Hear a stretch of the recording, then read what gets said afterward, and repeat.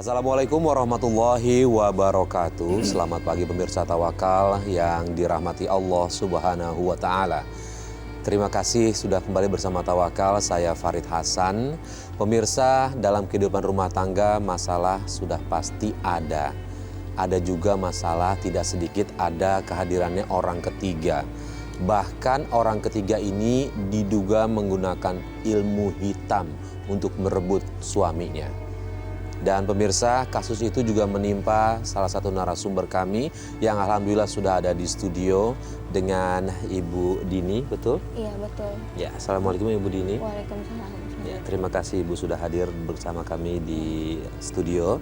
Dan pemirsa, selain Ibu Dini juga sudah bersama kita Bapak Ustadz Nur Hayat. Assalamualaikum Pak Ustadz. Waalaikumsalam warahmatullahi wabarakatuh. Apa kabar Pak Alhamdulillah Farid? baik Pak Ustadz. Mbak Dini sehat? Sehat, alhamdulillah Pak Ustadz. Ya, langsung aja nih Pak Ustadz nih. Tadi di pembukaan saya udah kasih tahu bahwa Ibu Dini ini punya masalah dengan rumah tangganya dan diduga ada kehadiran orang ketiga, dan orang ketiga itu menggunakan ilmu hitam nih Pak Ustadz untuk merebut suaminya nih. Kita langsung aja dengerin dulu ya lebih detailnya seperti apa.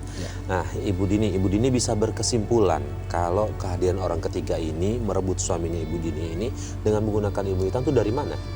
Jadi begini Mas Farid, saya ibu dari 2 orang anak. Saya sudah menikah 5 tahun. Di tahun yang keempat suami saya tuh berubah gitu. Dan selingkuh dengan teman sekantornya. Dan ternyata teman sekantornya itu menggunakan pelet gitu untuk menarik perhatian suami saya. Oke, dari mana Bu Dini bisa tahu kalau teman kantornya itu menggunakan pelet gitu? Ada waktu setelah kelahiran anak kedua saya tuh, saya kan sudah tidak bekerja lagi. Saya lebih banyak waktu senggang di rumah. Waktu suami saya tidur, saya nggak sengaja tuh baca SMS dari suami saya gitu, dan isinya itu sangat ya di luar dugaan aja. Banyak banget hal-hal yang membuat saya sakit hati gitu. Ternyata selama ini suami saya dalam pernikahan tuh tidak sesuai gitu. Yang paling saya sedih sama anak tuh lupa gitu. Iya. Bu Dini udah pernah nanya ke dia, kenapa kok berubah sikap gitu? Pernah nanya? Malah lebih marahan dia. Lebih marahan suami saya gitu. Kenapa sih tanya-tanya gitu? Jadi lebih marah gitu sampai buat saya sedih gitu Pak Ustadz. Ya. Jadi gini Bu Dini, yang mau saya tanya adalah yang tadi itu yang bukti soal peletnya itu, di percakapannya itu ada bahasa-bahasa yang Bu Dini ngerasa itu adalah bahasa-bahasa dari... Ada. Dia setiap meminta uang ke suami saya, ada bukti suami saya transfer uang juga ke perempuan itu. Terus jadi setiap mau ketemuan di luar kantornya itu ada buktinya. Ada buktinya? Ada buktinya. Ibu Dini ngeliat dia ngelakuin ritual-ritual kayak gitu, ada di situ? Ada. Oh iya? Oke, nih Pak Ustadz. Ya gimana nih Pak Ustadz, tadi suaminya mulai berubah sikap setelah 4 tahun di usia pernikahan, dan mendapati kalau Ibu Dini ini suaminya itu selingkuh sama teman kantor. Ya, ini perilaku yang cukup menyedihkan. Dan saya turut prihatin Bu Dini, sabar atas ujian ini. Insya Allah ada hikmah besar yang akan Ibu Dini peroleh. Pelet ini memang diakui dalam ajaran Islam sebagai sebuah perilaku yang menyimpang, yang dosanya itu sangat besar, termasuk dari bagian dosa-dosa besar. Dosa-dosa besar itu kan banyak sekali, termasuk dari 10 itu yang nomor 1 adalah syirik kepada Allah. Dan dari rangkaian 10 itu salah satunya adalah sihir atau tenung atau pelet atau apapun namanya. Jadi ilmu pelet ini memang betul-betul ada, sampai dalam satu riwayat disebutkan Rasulullah sendiri pernah dipelet, pernah ditenung, pernah disihir oleh orang Yahudi. Dan sebagai manusia Rasulullah kena, tapi kan Rasulullah langsung mendapat pertolongan Allah melalui malaikat Jibril, langsung netral setelah melakukan pembacaan ayat-ayat Quran. Jadi ilmu pelet yang dikirim oleh orang yang merebut suaminya Mbak Dini ini tentu ilmu yang tidak benar, alias ilmu hitam. Ya. Dan cara untuk menghadapi ilmu hitam itu tidak lain kecuali Al-Quran. Saran saya, dan ini juga untuk para pemirsa ANTV dimanapun berada, setiap pagi dan petang, ya, habis subuh misalnya, setelah maghrib, pastikan kita membaca Qul huwallahu ahad 3 kali, Qul a'udzu birabbil falaq 3 kali, dan Qul a'udzu birabbin nas 3 kali. Itu tiap pagi dan petang. Tiap pagi dan petang. Lalu ditambah dengan suratul Fatihah dan ayat kursi. Nah, itu kalau yang pendek. Nah, kalau ingin lebih kuat lagi, misalnya kayak Mbak Dini yang suaminya direbut orang dengan ilmu pelet, bacain ayat kursi. Makanannya, minumannya, sambil masak, sambil bikinin kopi, bikinin teh, sambil baca ayat kursi. Dengan niat yang khusus, semoga ini menjadi pagar dari keluarga kami atas serangan-serangan ilmu hitam yang dikirim oleh orang yang kita tidak kenal, apakah karena iri, karena dengki, atau karena ingin merusak hubungan kita.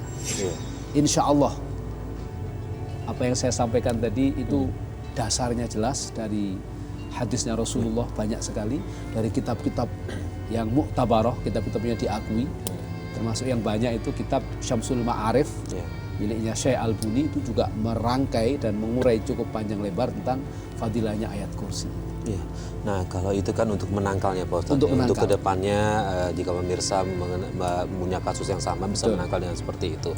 Nah, tapi ini udah kejadian sama Ibu Dini. Ya. Nah, saya mau tanya lagi Bu Dini. Bu Dini, keluarga tahu nggak apa yang terjadi sama rumah tangga Bu Dini dengan si suaminya berselingkuh?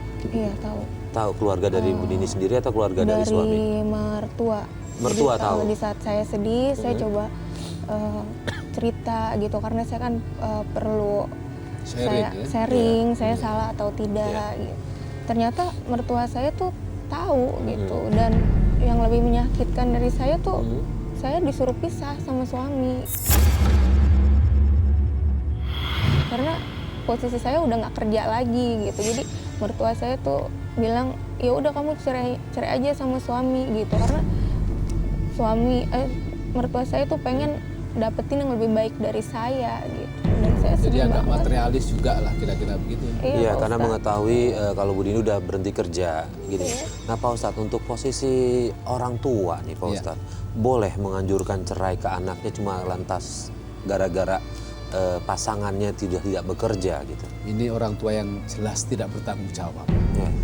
Orang tua yang baik tidak akan pernah menyarankan hal-hal yang merusak kehidupan keluarga putra-putrinya. Karena Allah Subhanahu wa taala melalui Rasulullah itu telah menegaskan abghadul halali 'indallahi at-talaq. Perkara yang boleh dilakukan tapi paling dibenci oleh Allah itu adalah tolak. Tolak itu cerai. Ini nasihat untuk siapapun, untuk yang berkeluarga atau orang tua yang memiliki anak yang berkeluarga. Kalau dia beragamanya benar, beragamanya baik, pasti dia tidak akan menyarankan untuk cerai. Orang tua yang baik, orang tua yang benar pasti akan berupaya mencari solusi dari setiap problematika anak-anak. Apalagi tahu kalau anaknya yang selingkuh. Jadi dari kasusnya Mbak Dini kita tahu bagaimana orang tua yang baik dan orang tua yang tidak baik. Saya kembali kepada hadisnya Rasulullah, perkara yang boleh tapi dibenci itu adalah tolak. Itu ibaratnya sampean hidup penuh bergelimang harta, tapi tidak disukai oleh siapapun. Kira-kira nyaman apa enggak hidupnya? Tentu enggak nyaman. Apalagi yang enggak suka ini Allah Subhanahu wa taala. Kira-kira nyaman apa enggak? Pasti tidak. Maka perceraian adalah jalan terburuk kalau memang itu harus diambil. Dan perceraian itu memang boleh dalam Islam selama ada syarat-syarat. Syarat-syarat yang memperbolehkan perceraian misalnya ketika terjadi kekerasan rumah tangga yang tidak lagi saling menghormati dan menghargai. Yang kedua, ketika seorang suami tidak bisa memberikan nafkah lahir dan batin. Ketiga, ketika seorang suami sudah tidak bertanggung jawab lagi, meninggalkan dan termasuk salah satunya selingkuh, boleh bercerai. Tapi kalau misalnya ada upaya untuk islah, untuk memperbaiki diri, itu lebih baik. Karena pernikahan itu tidak main-main. Maka apa yang tadi Mas Farid tanyakan, bagaimana orang tua yang meminta cerai itu? Ini orang tua yang salah, orang tua yang tidak bertanggung jawab. Dan pemirsa ANTV dimanapun berada, jangan ikuti model orang tua yang semacam ini. Karena selain ini akan menghancurkan kehidupan putra-putrinya, juga akan merusak tatanan sosial kemasyarakatan yang ada. Iya. Bu Dini, setelah Ibu Dini tahu jawaban mertua seperti itu, Bu Dini ngikutin apa kata mertua atau mencoba untuk bertahan? Saya mencoba untuk bertahan. Kenapa, boleh tahu? Karena saya kan punya 2 anak. Kebetulan waktu itu anak saya yang 1 tahun itu panas, mungkin karena saya pikiran. Jadi saya coba datengin ke perempuan itu, niatnya ingin ngomong baik-baik dengan membawa 2 anak saya yang sedang sakit ke kantornya. Tapi dengan membawa bukti-bukti SMS itu saya print gitu. Semoga ingin ngomong baik-baik.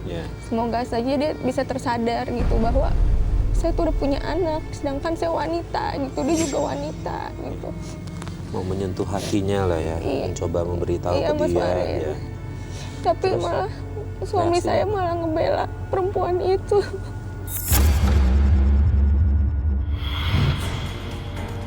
Mbak, saya mau minta tolong sama Mbak, tolong jauhi Mas Riki. Saya tahu Mbak dulu punya hubungan sama Mas Riki waktu masih sekolah. Tapi sekarang Mas Riki udah punya keluarga, Mbak. Udah punya anak sama istri. Maksud lo apa sih? Datang ke kantor, terus lo ngomong gak jelas kayak gitu. Udah deh Mbak, kamu gak usah pura-pura gak tahu. Saya udah punya bukti kalau Mbak punya hubungan sama suami saya. Mbak, kita sama-sama perempuan. Tolong ngerti lah Mbak. Itu urusan lo ya. Kalau gue mau sama laki lo kenapa? Kalau laki lo juga mau sama gue, mau lo apa? Astagfirullahaladzim Mbak. Mbak, tolong jauhi Mas Riki Mbak. Awas ya kalau Mbak masih deket-deket sama Mas Riki. Maksud lo apa?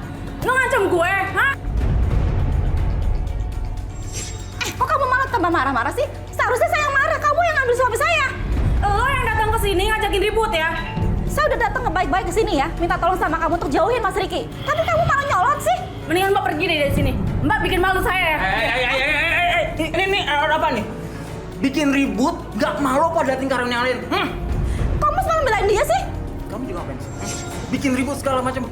Mas, harusnya Mas yang malu. Udah, ya. Kamu pulang. Ntar saya jelasin dulu, oke? Ayo, pulang! Ya, saat ini memang Bu Dini mungkin sudah hopeless. Ya. Dia harus mau gimana lagi, keadaan anaknya sakit. Sementara di situ suaminya justru bukan yang ngebela istrinya, tapi malah mengusir istrinya pergi. Ini kita bisa pahami dari sisi karena suaminya kena pelet tadi, Pak. Iya. Karena mungkin suaminya masih dalam pengaruh sihir, sehingga rasionalitasnya sebagai suami yang harusnya membela istri dan anaknya menjadi tumpul, menjadi ketul, dan tidak lagi Tertutup dia ya. bisa digunakan secara normal karena tertutup oleh sihir tadi. Nah, oleh karena itu ada baiknya memang dalam berkehidupan keluarga ini harus punya waktu khusus untuk kita sholat berjamaah bareng, baca zikir bareng, baca Quran bareng, sehingga ini akan menjadi tameng, menjadi pagar dari setiap upaya jahat orang-orang yang iri atau dengki. Karena bisa jadi kita tidak melakukan kesalahan apapun, Mas Farid. Iya. Tapi kalau Mbak Dini sama suami terlihat bahagia, orang lain bisa iri dan ingin merusak. Nah, itulah peran setan yang luar biasa untuk memecahkan hubungan suami istri. Nah, ini yang harus kita perhatikan dalam kehidupan berkeluarga kita, termasuk oleh para pemirsa ANTV dimanapun berada, agar kita punya special time yang khusus untuk kita gunakan bersama keluarga, merawat dan menjaga keluarga kita lahir dan batin. Insya Allah dengan begitu tameng-tameng itu akan semakin memperkuat jalinan keharmonisan rumah tangga kita. Bu Dini, nah mertua sendiri mendukung nggak sih perselingkuhan itu? Iya, karena posisi saya sudah tidak bekerja lagi, jadi tetap apa sih, setiap saya mau curhat ya tetap aja udah lepasin aja suaminya gitu, dan itu membuat saya terpukul. Oke, Bu Dini dapat bukti nggak? Mungkin barangkali, jangan-jangan nggak cuma suami aja yang dipelot nih, mertuanya juga kena ilmu sihir nih.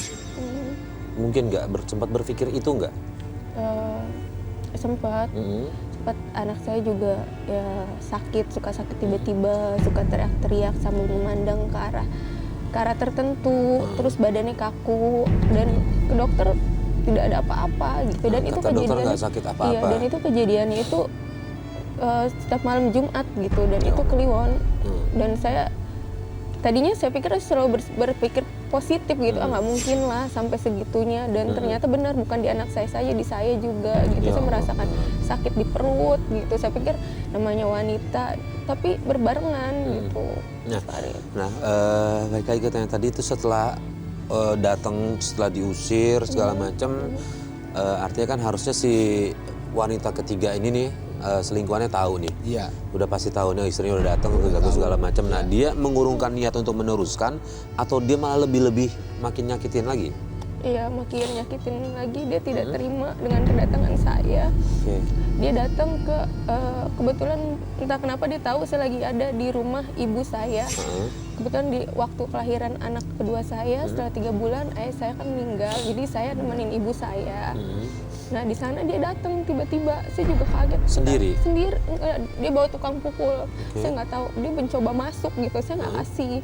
Saya nggak kasih, tutup pintu saya, kita ngobrol di luar baik-baik. Tiba-tiba ya saya dipukulin sama tukang pukul itu, dia nggak terima.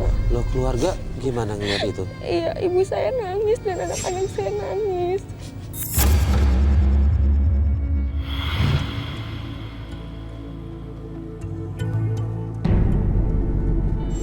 Maksud apa bikin malu gue di kantor? Lagian kamu makan di sini. Mendingan kamu angkat kaki di rumah saya. Saya nggak sudi rumah saya diinjak sama wanita murahan kayak kamu. Jaga ya mulut. Masuk sini kamu perhitungan sama lo. Maksud kamu apa? Kamu bohongin saya ya? Perhitungan dia, Pak. Jangan macam-macam sama bos gue. Ingat itu. Mulai sekarang kamu nggak usah kerja tempat saya lagi. Pergi sana. Pergi sana. Saya Nggak masih ada tetap tetangga saat sabar. itu? Ada, cuma kan saya bilang nggak apa-apa. Ini kan urusan saya bilang udah nggak apa-apa. Saya coba untuk sabar aja. Terus ada tetangga yang bilang udah lapor polisi aja, katanya nggak usah gitu.